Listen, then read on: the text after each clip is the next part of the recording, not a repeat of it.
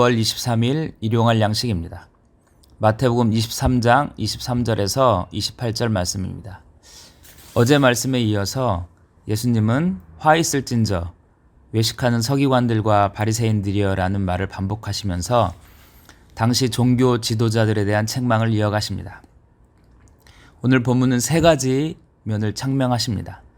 23절과 24절은 종교 지도자들은 이름도 알기 어려운 향료와 양념인 박하, 회향, 근체의 11조까지 드리는 율법에 대한 섬세함을 가졌다고 이야기합니다.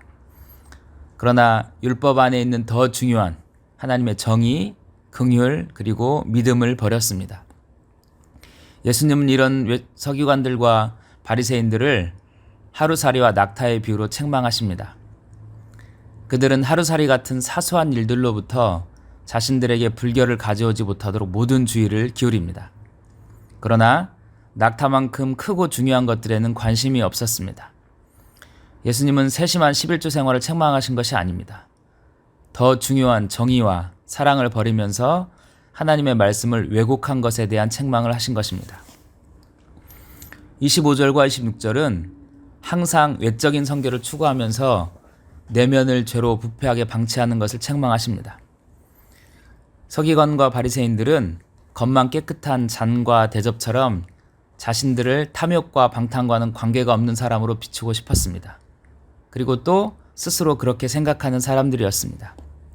하지만 가장 도덕적이고 정결해야 할 그들의 내면은 온갖 욕심과 더러운 쾌락으로 가득 차 있었습니다. 그리고는 외적으로 깨끗하다고 만족하는 종교 지도자를 책망하셨습니다. 27절과 28절은 유대인들이 무덤을 회칠한 것에 대한 책망입니다.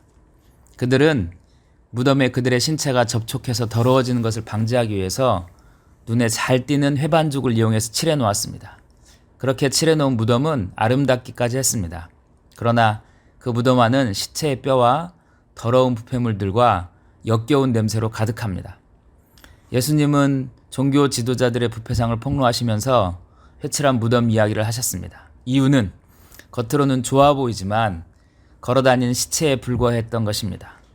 꽤 그럴듯해 보이는 외관과 달리 그들의 내면은 골마 터져서 부패해 있었습니다. 예수님 당시 종교 지도자들의 모습이 오늘날 우리의 모습과 교차되는 것은 매우 슬픈 일이지만 팩트입니다.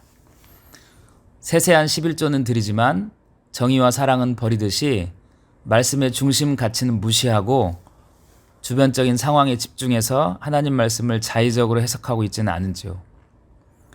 겉이 깨끗한 그릇이지만 그 안에 탐심과 방탕이 가득한 것처럼 외부로 드러나는 모습은 중요하게 생각하지만 중심에서 하나님을 사랑하는 마음은 멀어지지는 않았는지요. 회칠한 무덤처럼 아름답지만 실상은 죽어있는 모습처럼 우리 삶 여기저기 종교적인 치장은 하지만 내면은 영적인 무덤이 되고 부패하고 있지는 않은지요. 우리의 종교 생활이 우리를 깨끗게 유지할 수 없습니다. 한 번쯤은 괜찮겠지?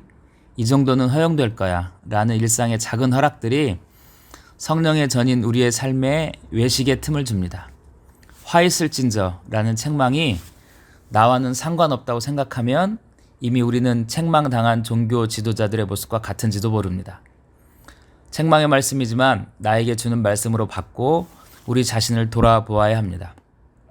일용할 양식 구독자 여러분, 오늘 하루가 잘못된 마음과 욕망의 목소리 대신 성령의 음성을 듣고 겸손하게 하나님 앞에서 우리의 내면을 돌아보시길 소망합니다.